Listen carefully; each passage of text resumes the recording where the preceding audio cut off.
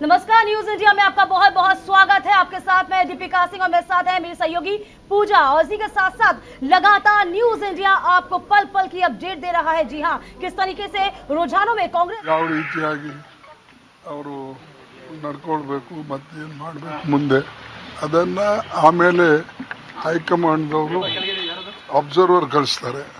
Observer ಕಳಿಸಿದ ಮೇಲೆ ಮುಂದಿನ ಪ್ರಕ್ರಿಯೆ ನಡೀತದೆ. ಸರ್, ಕರ್ನಾಟಕದ ಮತದಾರ ಪ್ರಬುದ್ಧ ಅಂತ ಈ ವಿಕ್ಟ್ರಿ ಜನತಾ ಜನಾರ್ದನ್ ವಿಕ್ಟ್ರಿ. ಜನ ತಾವಾಗೆ ಎದ್ದು ನಮಗೆ ಬೆಂಬಲ ನೀಡಿದ್ದಾರೆ ಮತ್ತು ಕೆಟ್ಟ ಆಡಳಿತ ವಿರುದ್ಧ ಜನ ರೊಚ್ಚಿಗೆದ್ದು ಮತ ಹಾಕಿದ್ದಾರೆ. ಮತ್ತು ಇದರ ಮೇಲಿಂದ ಗೊತ್ತಾಗ್ತದೆ ನಮ್ಮ ಕರ್ನಾಟಕದ ಮತದಾರರು ಎಷ್ಟು ಪ್ರಬುದ್ಧ ಇದ್ದಾರೆ ಅನ್ನತಕ್ಕಂಥದ್ದನ್ನ ಇದರಲ್ಲಿ ಗೊತ್ತಾಗ್ತದೆ. ಮತ್ತು ಇಂಥ ಚುನಾವಣೆಯಲ್ಲಿ ಪ್ರಧಾನಮಂತ್ರಿಗಳು, ಹೋಮ್ ಮಿನಿಸ್ಟರ್ಗಳು, ಡಜನ್ ಗಂಟಲೆ ಸೆಂಟ್ರಲ್ ಮಿನಿಸ್ಟರ್ಸು, ಅಕ್ಕಪಕ್ಕದ ಚೀಫ್ ಮಿನಿಸ್ಟರ್ಸು ಇವರೆಲ್ಲರೂ ಕೂಡ ಬಂದು ಇಲ್ಲಿ ಕ್ಯಾಂಪ್ ಹಾಕಿ ಮೆನ್ ಪವರ್, ಆಮೇಲೆ ಮಟೀರಿಯಲ್, ಮಸಲ್ ಪವರ್ ಎಲ್ಲ ಅವರು ತಮಗೇನು ಬೇಕು ಅದು ಯೂಸ್ ಮಾಡಿದ್ರು. ಆದರೂ ಕೂಡ ಜನ ಯಾವುದಕ್ಕೂ ಮೋಸ ಹೋಗಲಿಲ್ಲ. ಅವರು ಒಂದಾಗಿ ಕಾಂಗ್ರೆಸ್ ಪಾರ್ಟಿಗೆ ಮತ ಹಾಕಿದ್ದಾರೆ. ಅದಕ್ಕೆ ನಾ ಎಲ್ಲ ಅಭ್ಯರ್ಥಿಗಳಿಗೆ, ಗೆದ್ದಂಥ ಅಭ್ಯರ್ಥಿಗಳಿಗೂ ಕೂಡ ನಾನು ಈ ಸಂದರ್ಭದಲ್ಲಿ ಅವರಿಗೆ ಅಭಿನಂದಿಸ್ತೇನೆ.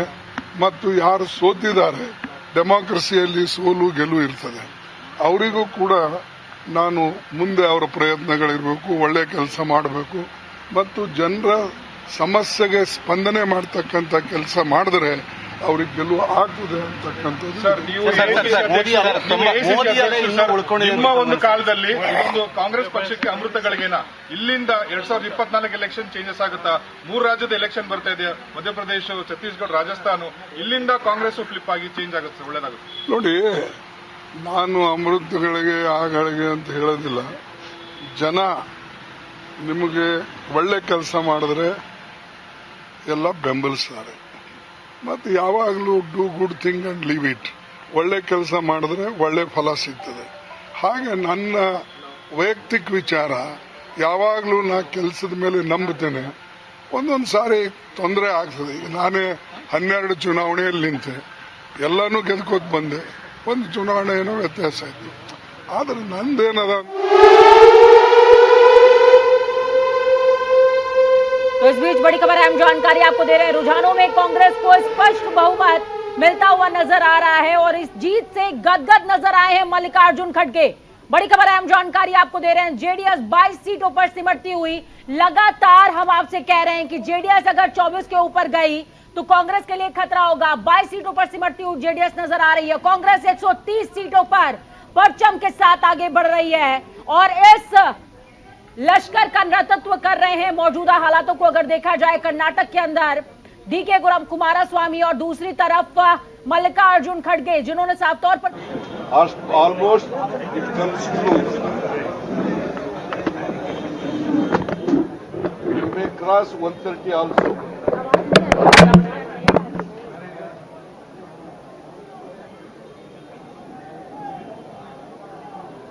It's a big victory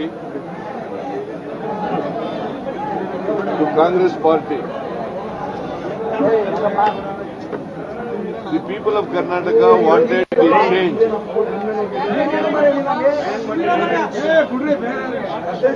In Karnataka, because they were fed up with BJP government. There was a strong anti-incumbency against the BJP government. The BJP did not come to power. Whether it is in 2008 or in 2018, there was no mandate by the people, the BJP party. In 2008 also there was a fractured verdict. In 2018 also there was a fractured verdict. In 2008 also they came to power through Operation Kamala. In 2018 also Operation Kamala. They have spent lot of money in Operation Kamala. जा रहे हैं किस तरीके से BJP के तमाम जो बड़ा चेहरा है उस वक्त खुश हो रहे हैं और रुझानों पर भावुक हो गए हैं डीके शिवकुमार। तो फिलहाल ये बड़ी खबर है, कर्नाटक में भ्रष्टाचार पर करारी हार हुई है और रुझानों पर भावुक हो गए हैं डीके शिवकुमार। उन्होंने जिस तरीके से कहा था, जिस तरीके से पूरा कांग्रेस ने एक नैरेटिव सेट किया था कि कहीं ना कहीं 40% कमीशन को लेकर घेरा जाएगा, इसी के साथ साथ साफ तौर पे कहा गया था कि अब भ्रष्टाचार बर्दाश्त नहीं किया जाएगा। तो भ्रष्टाचार को बर्दाश्त नहीं करते हुए यहां पर सीधे सीधे बीजेपी पर कटाक्ष किया। लोगों ने बीजेपी को संदेश दिया है, लोगों ने कांग्रेस पर अपना आभार जताया है, भरोसा जताया है। ये अखंड कर्नाटक की जीत है और ये जीत कांग्रेस के लिए इतनी भी महत्वपूर्ण हो जाती है क्योंकि 2024 चुनाव नजदीक है। मजबूत विपक्ष के रूप में कांग्रेस को सामने आना था। My party cadres and all my leaders, they have worked hard. People have exposed faith in us. The leaders have supported us. It is a collective leadership, and we have jointly worked. I have said in the beginning, joining together is the beginning. On the day I took the oath, thinking together is the progress. Working together is the success. That is what I said on the day. I assured Srimati Sonia Gandhi, Rahul Gandhi and Priyanka Gandhi that, and Mr. Mallikarjun Kharge, that I will deliver Karnataka to their fold. I can't forget Srimati Sonia Gandhi coming to meet me in jail when all these BJP people put me under jail. तो प्रदेश कांग्रेस अध्यक्ष DK Shivkumar के बाहुक बहुत नजर आए और जाहिर सी बात है ये पल भी ऐसा है क्योंकि जिस तरीके से लगातार कांग्रेस ने मेहनत की थी, कद्दावर नेता है, उसी के साथ साथ कहीं ना कहीं कांग्रेस की साख भी दांव पे थी और लगातार हम इस पर चर्चा भी करें। पूरा पैनल हमारे साथ लगातार मौजूद है, न्यूज इंडिया पल पल की अपडेट आप तक पहुंचा रहा है। बिल्कुल इसी के साथ साथ अजय वर्मा नेता है हमारे साथ कांग्रेस से, जिया मंजरी हैं राजनीतिक विश्लेषक जो कि कर्नाटक में स्पेशलिस्ट हैं, उसी के साथ साथ राकेश जी हैं राजनीतिक विश्लेषक भी हमारे साथ मौजूद हैं, स्वाले खान इस वक्त लगातार हमारे तमाम संवाददाता भी हमारे साथ जुड़ेंगे। तो सबसे पहले अजय वर्मा जी मैं आप ही के पास चली जाती हूँ क्योंकि अभी तस्वीरें जो हमने देखी थी बहुत भावुक तस्वीरें, डीके शिवकुमार वाकई में बहुत खुश थे। ये खुशी किस ओर इशारा करती है? देखिए नेता हैं हमारे डीके शिवकुमार भी, सिद्धारमैया जी भी कर्नाटक स्टेट में। मुझे भी कर्नाटक जाने का मौका मिला था और मैंने 4 दिन पहले आप ही साथ बैठी थी, मैंने कहा था आपके चैनल पर कि ये कुछ है दिखाइए। देखिए हम 2 छोटी सी बात महत्वपूर्ण बताना चाहता हूँ। 6 जगह बटा हुआ था वहाँ, ओल्ड मैसूर, तटीय कर्नाटक, मुंबई कर्नाटक, हैदराबाद कर्नाटक, ग्रेटर बंगलोर और सेंट्रल कर्नाटक। अब चूंकि अपनी सुविधा से अपने तरीके से इन्होंने कहा कि भाई चूंकि 40 लड़ाई थी, ये बेटियों की इज्जत बचाने की लड़ाई थी, ये 40% कमीशन के खिलाफ लड़ाई थी, ये भ्रष्टाचार के खिलाफ लड़ाई थी और ये सुशासन के खिलाफ लड़ाई थी जो वहां का गलत था। हमारा मकसद ये था, हमारा छोटे से छोटा कार्यकर्ता जो हमारा बब्बर शेर है, राहुल गांधी ने ट्वीट किया था और जब भारत जोड़ो यात्रा कर्नाटक से गुजरती और कई दिन राहुल जी वहां रहे थे तो जनता ने तय कर लिया था कि जो सिलेंडर 500 रुपए का होना चाहिए, जो राजस्थान में 500 कुछ रुपए का सरकार दे रही है, देश की सरकार वो अपने उद्योगपति मित्रों को फायदा पहुंचाने की वजह से यहाँ 1200 रुपए का, 1100 कुछ रुपए का क्यों दे रही है। हमने वादा भी कराया कि आने वाले कल में सिलेंडर को हम 500 कुछ का कर्नाटक में भी देंगे। जब हम दे सकते हैं तो ये क्यों नहीं दे सकते। इन्होंने तो अडानी वाला 602 से जो आदमी 202 पे लिया 20,000 करोड़ आज तक बताया नहीं, लेकिन इनका अपना एजेंडा था, क्या नहीं था। अच्छा, वहां की जनता वहां के लोकल मुद्दों पर जब देखा प्रधानमंत्री साहब आए, फोटो शूट कराने आते हैं वो, और जब फोटो शूट चल रहा था तो बीच में कोई आ ना जाए। येदुरप्पा साहब वहां के नेता थे, वहां की जनता ने कहा अच्छा ठीक है साहब अपना सेशन कराइए और जनता आपको जवाब दे देगी। लेकिन अजय जी मैं आपसे ये भी जानना चाहूंगी, मैं और चीज एक और बता, देखिए आज मैं स्पेशली मेरे पास, मैं कभी नहीं पहनता, ये मेरे हाथ के पंजे के निशान के मैं इसलिए पहन के आया हूं आज, चूंकि मैं आचार संहिता का उल्लंघन नहीं करता। प्रधानमंत्री साहब फूल यहां लगाकर हर जगह चुनावों के दौरान, चुनाव से पहले बहुत कोसा भी तो है अजय जी, ऐसा नहीं है कि प्रधानमंत्री को कोसा नहीं गया। सर कोस नहीं गए हम, चलिए, केवल चलिए, एक फाइनल, ठीक है, देखिए ये अजय जी। आदर्श आचार संहिता का उल्लंघन है। हाँ। और वो हर चीज में कमी नहीं छोड़ रहे थे। और हमारी नेता सोनिया गांधी, अब तो जिन्हें आपको वो खुश होना चाहिए, जिन्हें आज वो तो कहते हैं आपका दिन कांग्रेस है। की विधवा। अजय जी, आज तो आपका दिन है, तमाम चीजों को भूलिए, आप तो खुश होइए। चलिए, जिया जी भी मेरे साथ जुड़ रही हैं। जिया जी, देखिए आप बिल्कुल कह सकते हैं कर्नाटक की राजनीति के बहुत अच्छी तरीके से वाकिफ भी हैं। कहाँ खामी नजर आई, कहाँ गलती यहाँ पर बीजेपी से हो गई, क्योंकि ताबड़तोड़ प्रचार प्रसार अभियान में जुटी थी कहीं ना कहीं बीजेपी? देखिए, मैं पहले भी बोलती आ रही हूँ कि जो वहाँ के लोकल चेहरे थे उनको चूज करने में गलती हुई है, वहाँ के जनता के इमोशन को समझने में गलती हुई है। दूसरी बात कि आप एक व्यक्ति के ऊपर सारी जगह के चुनाव नहीं लड़ सकते।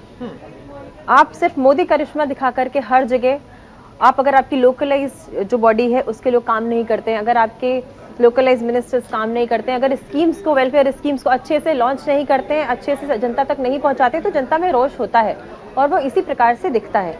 और इससे पहले भी मैंने बोला, जैसे देखिए इसमें एक बहुत बड़ा फैक्टर है कि जो DK शिव कुमार जी हैं वो लिंगायत कम्युनिटी से आते हैं। बिल्कुल। और कुछ दिन पूर्व लिंगायत कम्युनिटी का एक बहुत बड़ा इशू चल रहा था, आपको मालूम होगा, उसको भी अच्छी प्रकार से एड्रेस ना कर पाने की वजह से। क्या जिया जी यही वजह है कि लिंगायत जो हमेशा से बीजेपी का कोर वोटर रहा है, वो कहीं ना कहीं कुछ हद तक, कुछ परसेंटेज कांग्रेस की तरफ शिफ्ट हुआ? डेफिनेटली, बिल्कुल ऐसा रहा है। देखिए, आप समझिए कि आप अपने जो मूल रूप से जो भी परिवर्तित होता है उसके अस्तित्व को हमेशा कोई ना कोई चैलेंज आ जाता है। चलिए, राकेश जी भी बने हुए हमारे साथ, जरा पूजम राकेश जी से भी समझ लेते हैं किस तरीके से क्या दिक्कतें यहाँ पर आ गई। देखिए राकेश जी, हमने देखा किस तरीके से जब तिथि घोषित होनी थी, मतदान की तिथि घोषित होनी थी, उससे ठीक पहले यहाँ पर मुस्लिम के पास जो आरक्षण था, मुस्लिम वोट बैंक का जो आरक्षण था, उसको बांट दिया गया, लिंगायत में भी और दूसरे उसमें भी, लेकिन उसका फायदा भी बीजेपी को नहीं हुआ। यानी कि साम दाम दंड भेद यहाँ पे बीजेपी जरूर कर रही थी, लेकिन फायदा होता नजर नहीं आया। आपके अनुसार क्या खामी?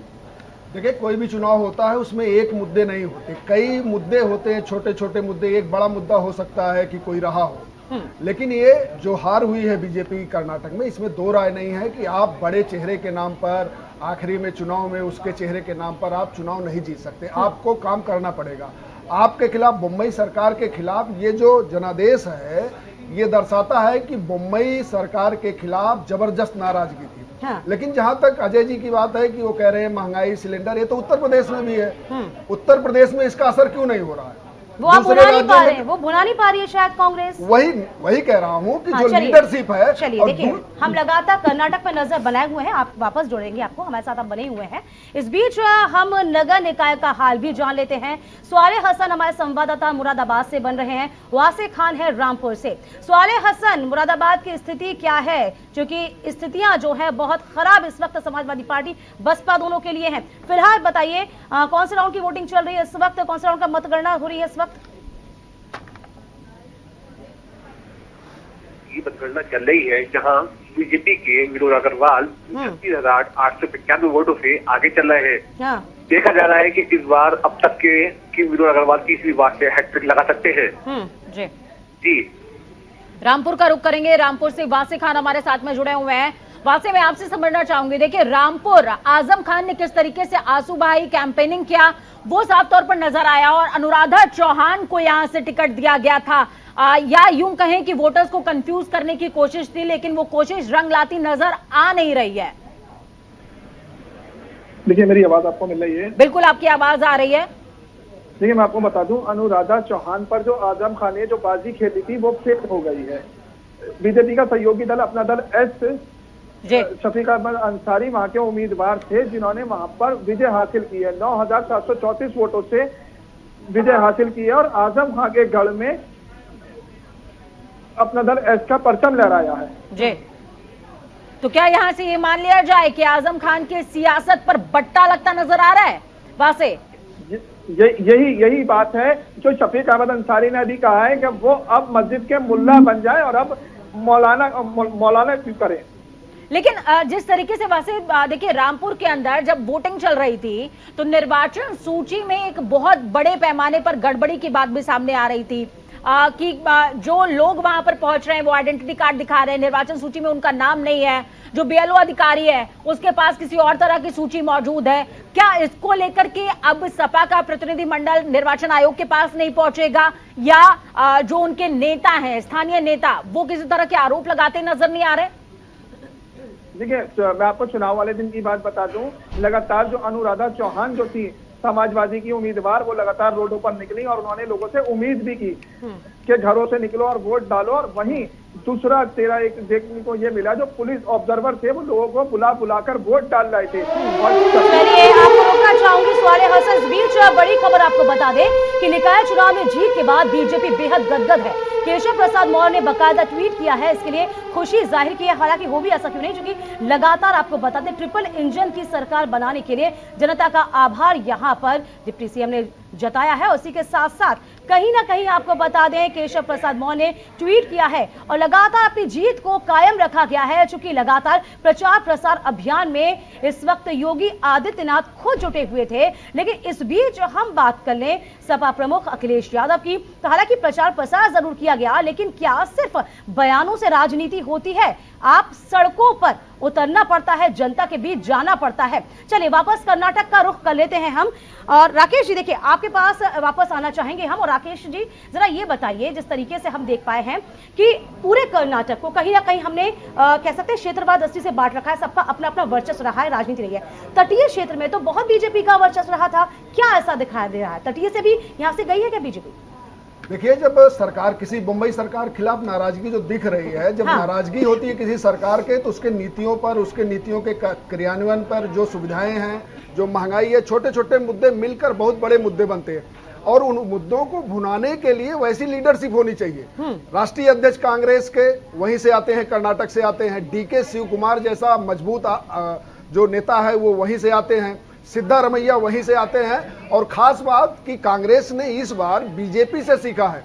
पूरी पार्टी शिद्दत से, राहुल गांधी, प्रियंका गांधी, सोनिया गांधी ने भी इस स्थिति में भी एक रैली किया है। वहां 57 रैली केवल अकेले डीके शिव कुमार ने किया है। तो ये दिखाता है कि पूरी पार्टी एकजुट होकर कर्नाटक में चुनाव लड़ी, और जब चुनाव लड़ती है इस तरह मजबूत होकर, तो उसका परिणाम भी दिखता है कि 5 साल की सरकार की नाराजगी उसके खाते में जाती है। बिल्कुल राकेश जी, और जिस दौरान आप ये बात कह रहे हैं कि कांग्रेस ने बीजेपी से सीखा है, तो मुझे गुजरात का प्रकरण याद आ रहा है कि गुजरात में जिस तरीके से पूरी कहानी का मंचन किया जा रहा था और राहुल गांधी कर्नाटक में जुटे हुए थे, उनकी तस्वीरें कर्नाटक से सामने आ रही थी। ये इस बात की तस्दीक है कि उन्होंने कहीं ना कहीं अपना ग्राउंड चुन लिया था कि उनका बैटल ग्राउंड एग्जैक्टली है क्या। देखिए, बैटल राष्ट्रीय नेतृत्व कितना भी हो, मैंने कहा जब तक स्थानीय नेतृत्व, उस प्रदेश का नेतृत्व मजबूत नहीं होगा, उसकी रणनीति ठीक नहीं होगी, तो कोई भी राष्ट्रीय स्तर से जाकर कोई कमाल नहीं कर सकता है। डीके शिव कुमार और सिद्धारमैया ये दोनों ऐसे लीडर थे कि रणनीति से लेकर जनता के जमीन तक वो हम लोग समझ पा रहे हैं। ये चीजें कहीं ना कहीं बीजेपी को समझनी होगी कि आपको लोकसभा की जो नीतियां हैं, जो मुद्दे हैं, वो अलग रखने होंगे, विधानसभा के अलग रखने होंगे। यदि आप मिलाएंगे तो जनता तो बहुत समझदार है, ठीक है ना। अजय जी देखिए, कितनी मेहनत राहुल गांधी ने इस बार करी है, सबने देखी है। भारत जोड़ो यात्रा निकाली, कहीं ना कहीं ये जो भान था वो हो गया था, क्योंकि दक्षिण का द्वार कर्नाटक को कहा जाता है और पूरी शिद्दत से यहाँ पर कांग्रेस जुटी नजर आई। तो क्या लगता है, हिंदी पट्टी में कहीं ना कहीं मात जरूर खाई हुई है, ये तो आप इनकार नहीं कर सकते। लेकिन हाँ, मेरा सवाल पूरा हो जाने दीजिए। इसीलिए ये वजह रही कि कर्नाटक को मजबूत करना था, ये यहाँ पर जरूर नजर आया। देखिए, कितनी शिद्दत के साथ, बड़ी मेहनत करके राहुल जी का मकान भी छीन लिया और सदस्यता भी छीन ली। बड़े मेहनती लोग हैं भाजपा के नेता, इनके सहयोगी। अब मैं एक बात बताता हूँ, इनकी रणनीति क्या थी। जब गुजरात जीत रहे थे, मेरे पास कई दर्शकों ने भेजे हैं, कई लोगों ने व्हाट्सएप, ट्विटर, फेसबुक यूनिवर्सिटी, हालांकि मैं इन्हें फेक मानता हूँ क्योंकि ये केवल प्रोपोगंडा चलाती हैं, लेकिन उसी यूनिवर्सिटी से एक आया है फोटो कि जब गुजरात जीत रही थी तो नरेंद्र मोदी साहब का फोटो, जरा इसे फोकस करें तो दिख जाएगा, लगाया हुआ था। और पहले भी कर्नाटक में भी मोदी साहब का फोटो लग रहा था। जैसे ही दिखा कि रिपोर्ट आ गई IBR रिजल्ट्स की, तो फिर नड्डा साहब को लगा दिया गया है यहाँ, ये नड्डा साहब को लगा दिया गया है यहाँ। तो मेरा कहने का मकसद ये है कि आप अपनी नीति और नियत एक सी रखिए, मुद्दों की बात करिए। कहीं ना कहीं आपको अजय जी ऐसा नहीं लगता कि जिस तरीके से तमाम खेमेबंदी हुई है, हालांकि बीजेपी के अंदर गुटबाजी हमने देखी और अंतर कलह कहीं ना कहीं देखने को मिला है, आपने जिन नेताओं को उन्होंने दरकिनार कर दिया उनको आपने लपक लिया, अपना फायदा तो कांग्रेस से भी देखा ना। नहीं, हमने नहीं लपका। चलिए बड़ी खबर आपको बता दें, यूपी की सभी 17 मेयर सीटों पर बीजेपी आगे है। ये बड़ी खबर आपको बता रहे हैं, वाराणसी की मेयर सीट से बीजेपी लगातार आगे बनी हुई है, जो कि वाराणसी के बारे में कहा जाता है प्रधानमंत्री खुद ये संसदीय क्षेत्र है और जिस तरीके से लगातार यहाँ पर काम हो रहा है, शायद जनता इस बात से बेहद खुश नजर आ रही है। बिल्कुल, तो लगातार हम आपको बता रहे हैं, हर चीज की अपडेट आपको दे रहे हैं, फिर चाहे वो निकाय चुनाव हो या फिर कर्नाटक का रण।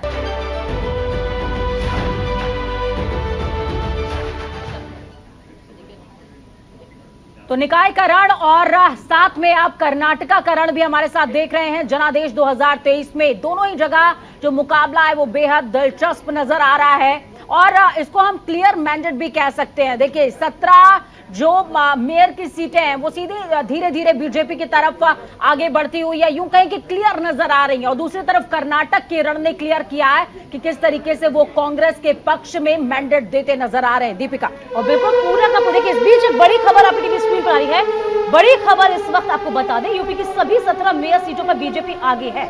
ये बड़ी खबर आपको लगातार बता रहे हैं। और वाराणसी की बात कर ली जाए तो वाराणसी में की मेयर सीट से बीजेपी लगातार आगे चली है, यानी कि 17 की 17 जो सीटें हैं मेयर की, वो उसमें बीजेपी अपना दबदबा कायम रखी हुई है। आगरा से बीजेपी के प्रत्याशी आगे हैं, हालांकि पहले माना जा रहा था कि बसपा के प्रत्याशी आगरा से आगे चल रहे हैं। चलिए फिरोजाबाद से विष्णु हमारे साथ जुड़ रहे हैं, जो कि इस वक्त अपडेट देंगे। विष्णु, जरा वहां का हाल बताइए, इस वक्त लोगों में कैसा उत्साह नजर आ रहा है, कितने राउंड की जो काउंटिंग होगी वो पूरी हो चुकी है, जानकारी दीजिए विष्णु। चलिए विष्णु, जरा रोकूंगी मैं आपको, यहाँ पर प्रेस कॉन्फ्रेंस हो रही है।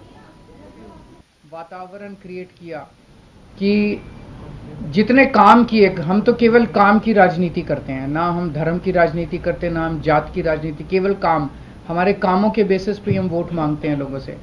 तो एक तरह से पंजाब की जनता ने, जलंधर की जनता ने, और जलंधर का जो ये नतीजा, ये पंजाब का मूड है, पूरे पंजाब का मूड इस तरह इसमें दिखाई देता है। उन्होंने भगवंत मान साहब के आम आदमी पार्टी की सरकार के कामों पे ठप्पा लगाया है कि जी लगे रहो, बहुत अच्छा काम कर रहे हो, इसी तरह से करते रहो, हम आपके साथ हैं। ये बहुत बड़ा मैसेज है। तो जलंधर की जनता को मैं बहुत बहुत तहे दिल से शुक्रिया अदा करना चाहता हूँ। पंजाब की जनता का मैं बहुत दिल से शुक्रिया अदा करना चाहता हूँ, बधाई देना चाहता हूँ इसके लिए। मैं थोड़े से आंकड़े आप लोगों के सामने रखना चाहूँगा। पिछली बार 92 सीट्स जीत के हमने सरकार बनाई थी, आज से लगभग 1.25 साल पहले। वो एक वेव थी आम आदमी पार्टी की। उस वेव में भी जलंधर की लोकसभा सीट में 9 विधानसभाएं आती हैं, उन 9 में से हम केवल 4 जीत पाए थे, बाकी 5 कांग्रेस के पास चली गई थी। तो ये इतना जबरदस्त कांग्रेस का गढ़ माना जाता है कि 9 में से 4 ही हम जीत पाए। उस वेव के अंदर भी 5 सीट कांग्रेस जीत गई। आज उस 9 में से 7 सीटें आम आदमी पार्टी जीती है। केवल 2 जलंधर सेंट्रल और जलंधर नॉर्थ की सीटों पे हम थोड़ा पीछे हैं। पिछले साल असेंबली का जो चुनाव था विधानसभा का, उसमें हमें पूरे पंजाब में 42% वोट मिले थे, लेकिन जलंधर में हमें बहुत कम वोट मिले, हमें 28% वोट मिले। आज इसको हमने बढ़ा के हम लगभग 34% वोट पे हैं और जलंधर जीत रहे हैं। पिछले बार असेंबली चुनाव में 4 विधानसभाएं ऐसी थी, शाहकोट, आदमपुर, फिलौर और जलंधर नॉर्थ, जहां पे हम तीसरे नंबर पे थे। आज इन 4 में से 3 सीटें हम जीत गए हैं और 1 सीट पे हम सेकंड नंबर पे हैं। और 2019 के चुनाव में, लोकसभा चुनाव में, जलंधर सीट से, लोकसभा की सीट से हमें केवल 2.5% वोट मिले थे। आज हमें 34% वोट मिले हैं और हम जीते हैं। दूसरी पार्टियों ने, बीजेपी ने एक नेता के, अटवाल साहब के बेटे, चरणजीत सिंह अटवाल के बेटे को टिकट दिया था। कांग्रेस ने संतोष सिंह चौधरी के बेटे को टिकट, पत्नी को टिकट दिया था। दोनों को हरा के पंजाब की जनता ने परिवारवाद को हराया है और काम की राजनीति को वोट दिया है। 2014 में आम आदमी पार्टी की 4 सीटें थी लोकसभा में, 2019 में 1 सीट रह गई, और फिर जब मान साहब पंजाब के मुख्यमंत्री बने तो 1 भी सीट नहीं बची। आज आम आदमी पार्टी की लोकसभा में एंट्री हो रही है, 1 सीट से एंट्री हो रही है, और मैं समझता हूं कि बहुत जल्दी आम आदमी पार्टी का लोकसभा के अंदर बहुमत भी होगा। भगवान ने अगर चाहा और देश की जनता ने अगर चाहा तो आम आदमी पार्टी अब नेशनल पार्टी बन चुकी है। तो एक लोकसभा ही ऐसी जगह थी जहां आम आदमी पार्टी की मौजूदगी नहीं थी, अब वहां भी आम आदमी पार्टी की मौजूदगी हो गई है। मैं फिर से पंजाब की जनता को, जालंधर की जनता को बहुत बहुत आभार व्यक्त करता हूं। बहुत बहुत धन्यवाद जी। जालंधर लोकसभा में जो बाई इलेक्शन हुआ उसमें जो नतीजे आज आए वो आम आदमी पार्टी के कामों पर लगभग 14 महीने अभी हुए नहीं हैं। 16 मार्च को हमने वोट ली थी, 16 मई को 14 महीने होंगे, तो लगभग 14 महीने पुरानी सरकार के कामों पर पॉजिटिव मोहर लगाना बहुत बड़ी बात है। जैसा कि हमारी पार्टी के सुप्रीमो अरविंद केजरीवाल जी ने कहा कि हम धर्म की या जात पात की राजनीति नहीं करते। हम मोहल्ला क्लिनिक गिना रहे थे, जो आम आदमी क्लिनिक हमने पंजाब में बनाए हैं 580। हम वहाँ स्कूल ऑफ एमिनेंस की बात कर रहे थे, स्कूलों के नाम पे वोट मांग रहे थे। हम वहाँ पर बिजली का बिल 0 जो आया उसको आगे कैसे लेके जाना है, ऐसे ही ये जारी रहेगा, उसके लिए बिजली जो हमारा PSPCL है उसका बजट हमने जो पे कर दिया उस पे वोट मांग रहे थे। हम इंफ्रास्ट्रक्चर से जो है उसके नाम पर वोट मांग रहे थे। हम व्यापारियों से बात कर रहे थे, किसानों से बात कर रहे थे, मजदूरों से बात कर रहे थे, हर एक की भलाई की बात कर रहे थे। इसीलिए ये बहुत ही अच्छी बात है कि लोग पॉजिटिव राजनीति को पसंद करने लगे। ये शुरुआत दिल्ली से हुई थी, जब 28 सीटें आई थी, फिर उसके बाद 67 आई, उस पर 63 आई। तो अरविंद केजरीवाल जी ने जो काफिला शुरू किया था रामलीला ग्राउंड से, वो आज एक नेशनल पार्टी के रूप में बहुत बड़ा बन गया है। 92 MLA हमारे पंजाब की विधानसभा में, 63 MLA हमारे दिल्ली की विधानसभा में, 5 MLA हमारे गुजरात की विधानसभा में, 2 MLA हमारे गोवा की विधानसभा में, 10 MP हमारे राज्यसभा में, और आज के बाद 1 MP हमारा लोकसभा में है। तो नेशनल पार्टी बनने के बाद कोई ऐसी संवैधानिक संस्था नहीं है जिसमें हमारा योगदान या हमारा हिस्सा ना हो। ये सब आम आदमी पार्टी की टीम, जो वॉलंटियर, जो अपने जेब से खर्चा करके घर से निकलते हैं और निकल के काफिले के रूप में एक बड़ा रोड शो बना देते हैं, तो ये उनकी जीत है। अरविंद केजरीवाल जी ने बहुत टाइम दिया पंजाब के लिए। चलिए, आम आदमी पार्टी के संयोजक अरविंद केजरीवाल को आप सुन रहे थे, पंजाब के CM भगवंत मान, और बेहद गदगद इसलिए भी क्योंकि 60 साल पुराना जो किला है ना कांग्रेस का, जालंधर में उन्होंने गिराया है, और खुश होना लाजमी भी है। इस बीच आपको निकाय चुनाव की ओर रुख खोल लेते हैं कि निकाय चुनाव में शाहजहांपुर का क्या हाल चल रहा है। हमारे संवाददाता अश्विनी शुक्ला वहां से जुड़े हुए हैं। अश्विनी, जरा जानकारी दीजिए, कैसा हाल चल रहा है शाहजहांपुर में? कि मेयर पद निकाय चुनाव में जो है भाजपा जो है सबसे आगे बढ़त बनाए हुए है। दूसरे नंबर पर जो है कांग्रेस की बढ़त दिखाई दे रही है। भाजपा के जो अर्चना वर्मा है वो 61,514 वोट से आगे चल रही है, और कांग्रेस की जो निखात इकबाल है उन्हें 27,536 वोट बने हैं।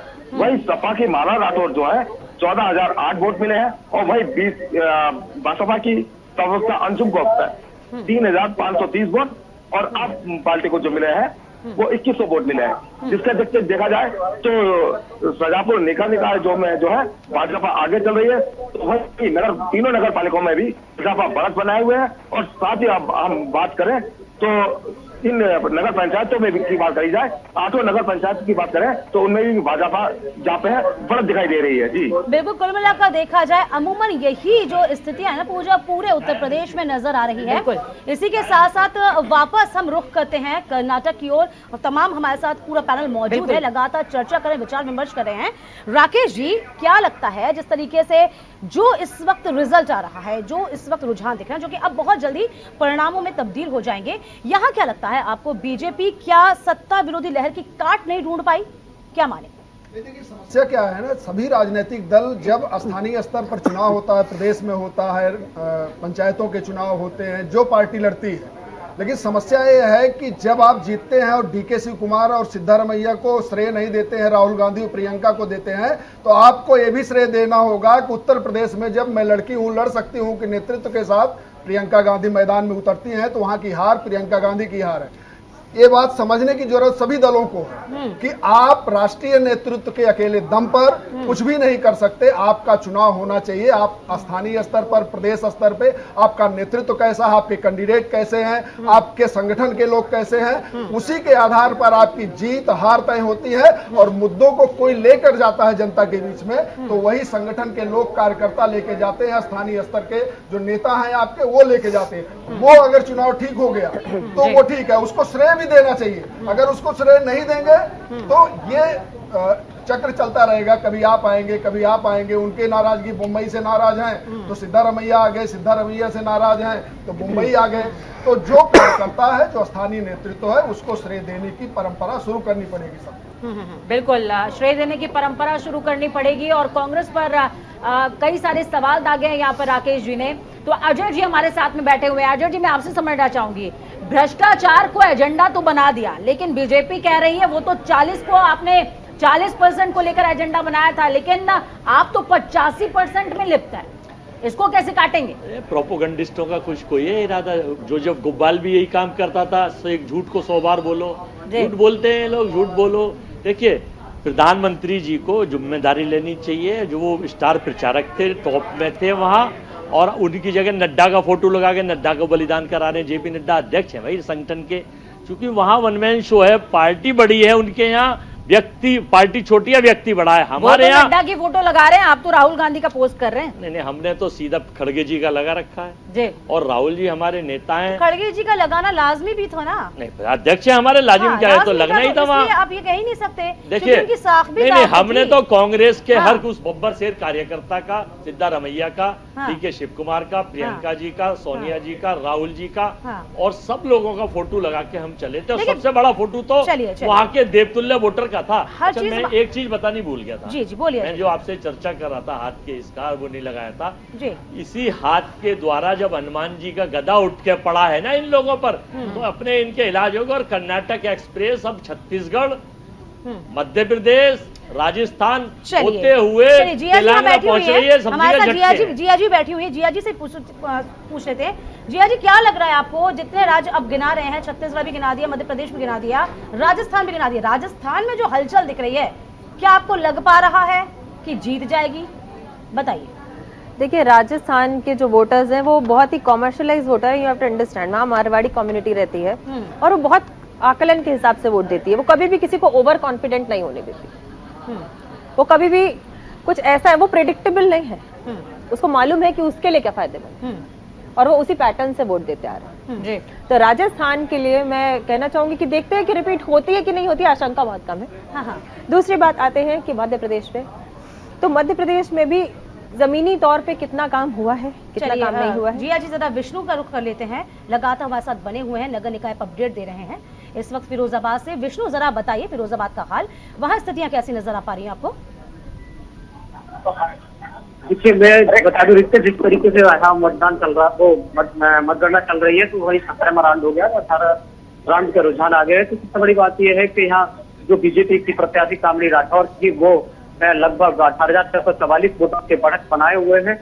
और बाकी जो सेकंड नंबर पर है वो यहाँ से सपा की जो कैंडिडेट थी मसरूम फातिमा, वो उनपे बराबर पे चल रही है। तो ये सबसे बड़ी बात ये होगी कि जिस तरीके से भाजपा को लोग अपनी बता रहे हैं, तो सबसे बड़ी बात सोचने की बात यह है कि जिस तरीके से मतगणना का जो रुझान आ रहा है, वो एक चौंकाने वाला होगा, क्योंकि जो हमारी नगर पंचायत है वहाँ से एक परिया नगर पंचायत से जो चेयरमैन है वो भी भाजपा की रेखा कुशवाहा चेयरमैन पद से चुनी गई है। जी रीता, चलिए आप नजर बनाए रखिएगा, पल पल की अपडेट रखते हैं और कर्नाटक में वापस लौटेंगे। जी अपनी बात आप कह रही थी, जरा पूरी कीजिए। देखिए बहुत सारी स्कीम्स एमपी में लॉन्च की गई हैं अभी फिलहाल में मैं पढ़ रही थी किस प्रकार की स्कीम्स लॉन्च की गई हैं महिलाओं के लिए, माल न्यूट्रिशन के लिए, और इस प्रकार की स्कीम्स को बढ़ावा दिया जा रहा है। देखिए सभी चुनाव में सभी पार्टियों को एक चीज ध्यान रखना चाहिए। मैं आपको अजय जी जरा रुकिए। नहीं मैं बिल्कुल आवाज नहीं आ रही। हाँ थोड़ा सा जी अजय थोड़ा सा समस्या। डेफिनेटली मेरी आवाज अब आ रही होगी आपको अजय जी कि महिलाओं के लिए बहुत सारी स्कीम्स चलाई जा रही है मध्य प्रदेश में, चाहे वो महिला सुरक्षा हो, चाहे वो माल न्यूट्रिशन हो, चाहे वो महिला शिक्षा हो। तो इस प्रकार से देखिए लड़की हूँ लड़ सकती हूँ तो याद होगा ना आपको? बिल्कुल याद है, मैंने एक आर्टिकल भी इस पे लिखा था। मैंने इस पे मैंने इस आर्टिकल इसके ऊपर एक आर्टिकल भी लिखा था, वो काफी न्यूज़पेपर्स में छपा था। देखिए लड़की हूँ लड़ सकती हूँ पे ट्रिपल तलाक के लिए लड़की नहीं थी, वो लड़की नहीं थी क्या? आप बताएं जब हलाला नहीं मैं कुछ प्रश्न पूछ रही हूँ, मुझे पूछने दीजिए। जब हलाला की बात हुई तब क्या वो लड़की नहीं थी, कुछ और बन गई थी? तब क्यों नहीं बोला कि लड़की हूँ मुझे भी लड़ना चाहिए मेरे अधिकार के लिए? आप पूरे देश की आधी आबादी को इस प्रताड़ना से को झेलने देते हैं वर्षों तक, जब से देश आजाद हुआ तब से अब तक, और उसके बाद आप कहते हैं लड़की हूँ लड़ सकती हूँ। क्यों मुस्लिम लड़कियां नहीं होती? चलिए आप जवाब देंगे अजय जी, जवाब। बड़ा निंदनीय, मैं इनसे पूछूंगा एक चीजें जवाब देंगी। चाहे जो जंतर मंतर पर बेटियां बैठी हैं उनका समर्थन करके आएंगे, ब्रजभूषण को सजा की माफ करेंगी, जेल भेजने की माफ करेंगी, अब तक अरेस्ट क्यों नहीं हुआ है? या केवल एक एजेंडा चलाएंगी आप भी भाजपा के समर्थन में?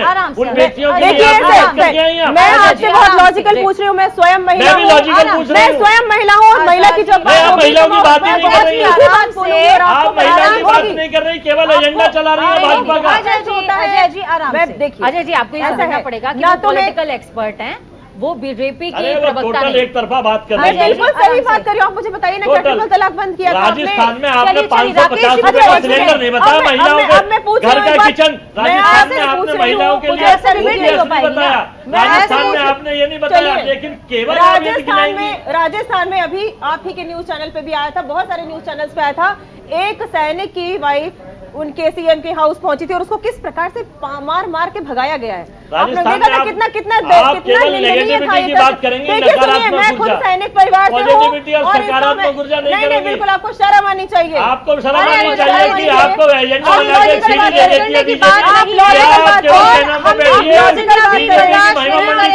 कांग्रेस के खिलाफ बोलने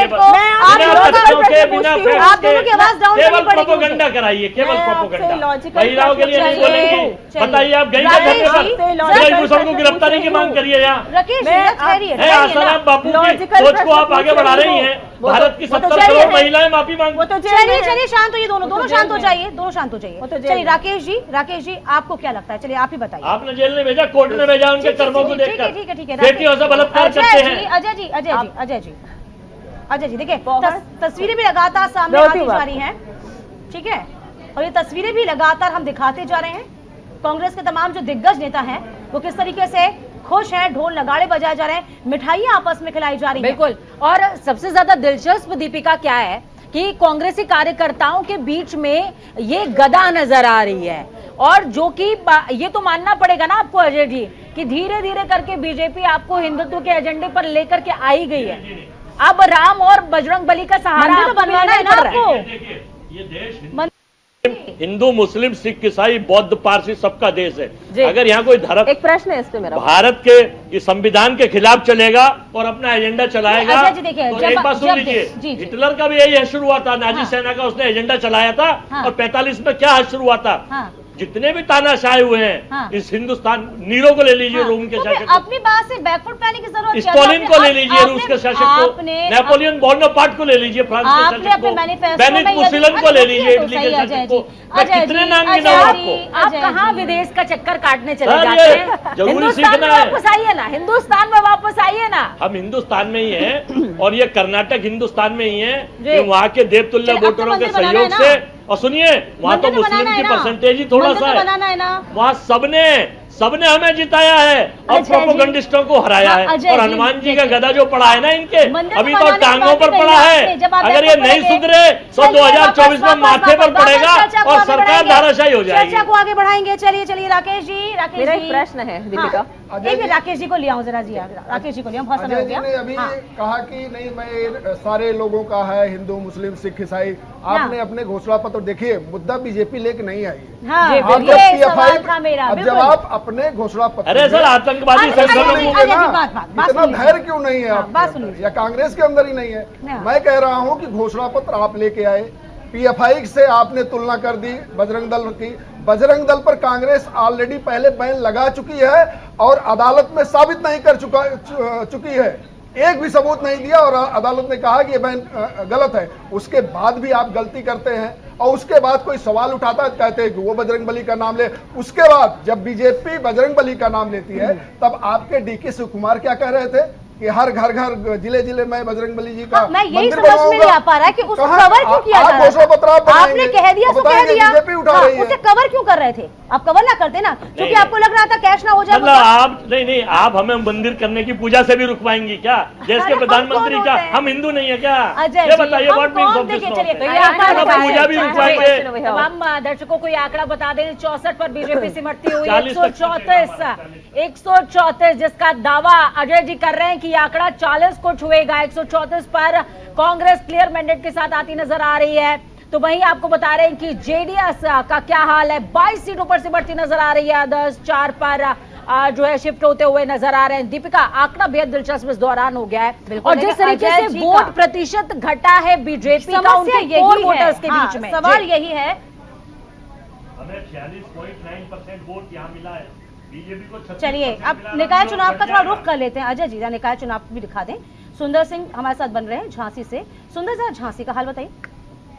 मैम, यहाँ आपको बता दूं, यहाँ पर पिछले बार की तरह इस बार फिर से बीजेपी ने अपनी जीत हासिल कर ली है और यहाँ पर 83,000 मतों से जो वहाँ पर प्रत्याशी हैं वो यहाँ विजयी प्राप्त कर चुके हैं और वो इस बार अच्छे मतों से जीत चुके हैं और उन्होंने फिर से वही वादा किया है कि वो फिर से झांसी के लिए बहुत कुछ करने वाले हैं यहाँ, और जो पहले नहीं हुआ है वो इस बार भी बीजेपी फिर से करेगी। और अपने जो उनका चुनावी जो एजेंडा था उसको पूरा करने के लिए उन्होंने वादा किया है और इस बार उन्होंने ये भी कहा है हमारे न्यूज इंडिया से बात करते हुए कि वो झांसी को न्यूज इंडिया के तहत शुभकामनाएं भी देते हैं, ताकि उन्होंने जनता ने जो उन्हें सपोर्ट किया है उसको लेकर उन्होंने धन्यवाद। सुंदर, मैं ये समझना चाहूंगी, देखिए तमाम जनता ये भी जानना चाहती है कि झांसी बुंदेलखंड का पार्ट हो जाता है। बुंदेलखंड का जब हम जिक्र करते हैं तो झांसी का जिक्र होता है। ऐसे में स्थानीय मुद्दे, पानी की बहुत बड़ी समस्या है झांसी के अंदर और वो जो प्रॉब्लम है बीजेपी बहुत हद तक सॉल्व नहीं कर पा रही है। उसके बाद भी मैंडेट मिलना अपने आप में बहुत बड़ा सवाल है। जी हाँ, आपको बता दूं, यहाँ पर जो मुख्य मूल जो समस्याएं हैं लोगों की, पानी है, सड़क है या बिजली की समस्याएं हैं, उनको लेकर लोगों ने इस बार जो प्रत्याशी चुना है तो यहाँ पर उनका जो मुख्य मुद्दा यही है और इसको लेकर हमने मेयर से बात भी की है तो उन्होंने कहा कि ये समस्याएं जो हैं बुंदेलखंड में पानी की जो समस्याएं हैं वो पूरी तरह से देखिए, दूर की जाएगी। हम समझ पा रहे हैं जो निकाय चुनाव होते हैं ना, वो मुद्दों पे होते ही है, इसके साथ पार्टी पे नहीं तब्दील हो जाते, वो होते चेहरे पे। आपका चेहरा क्या है, ये चेहरा कितना जनता के बीच जाता है, कितना जनता से मिलता है, जनता किससे सीधे कनेक्ट कर पाती है, और यही एक वजह भी रही होगी कहीं ना कहीं पूजा हम कह सकते हैं कि बीजेपी वापस आई। चलिए वापस रुक करूंगी, बहुत शुक्रिया आपका हमारे साथ जुड़ने के लिए। वापस कर्नाटक पे आ जाते। देखिए अजय जी, आप एक तरफ भले ही छाती ठोके या खूब खुश हो जाएं कर्नाटक को लेकर, लेकिन ये बात तो आपको माननी पड़ेगी कि उत्तर प्रदेश अभी आपसे बहुत कोसों दूर है। निकाय चुनाव में आप अपना हाल देख ही रहे हैं। हाँ, निकाय चुनाव अलग पैटर्न पे लड़े जाते हैं। अरे वो पैटर्न क्या कांग्रेस के लिए इम्पोर्टेंट नहीं है क्या? देखिए आप वही बात लीजिए, मैं बता तो रहा हूँ। और लोकसभा चुनाव अलग पैटर्न पे लड़े जाएंगे। निकाय का जब आप जिक्र कर रहे हैं, मुझे याद है जिस दिन आपने पहली सूची जारी करी थी लखनऊ में, हाल क्या हुआ था। मुख्यालय के अंदर जिनकी सूची आपने ट्विटर हैंडल से, आधिकारिक ट्विटर हैंडल से जारी कर दी, वो तमाम प्रत्याशी वहां पर सिर फुटौल कर रहे थे और आपके नेता बंद कमरे में बैठे हुए थे। कोई बाहर आकर नहीं, मैं लखनऊ में ही था और मैं पीसीसी में ही था अपने प्रदेश अध्यक्ष ब्रजलाल खाबरी जी के साथ। देखिए, एक परिवार में 5 लोग होते हैं, ये तो हिंदुस्तान की वर्ल्ड की बड़ी पार्टी है, कांग्रेस पार्टी है, पुरानी पार्टी है। 5 लोगों के विचार घर में नहीं मिलते तो वैचारिक मतभेद थोड़े लोगों में किसी को हो सकते हैं, लेकिन ऐसा नहीं है कि कोई कितना वक्त लंबा हो गया आपको ये नहीं समझ आ पा। खैर, हम अपनी चर्चाओं को आगे जरूर बढ़ाएंगे, आप लोग हमारे साथ जुड़े रहिएगा। इसी के साथ वक्त एक छोटे से ब्रेक का हो गया है, फौरन लौटेंगे, कहीं मत जाइएगा।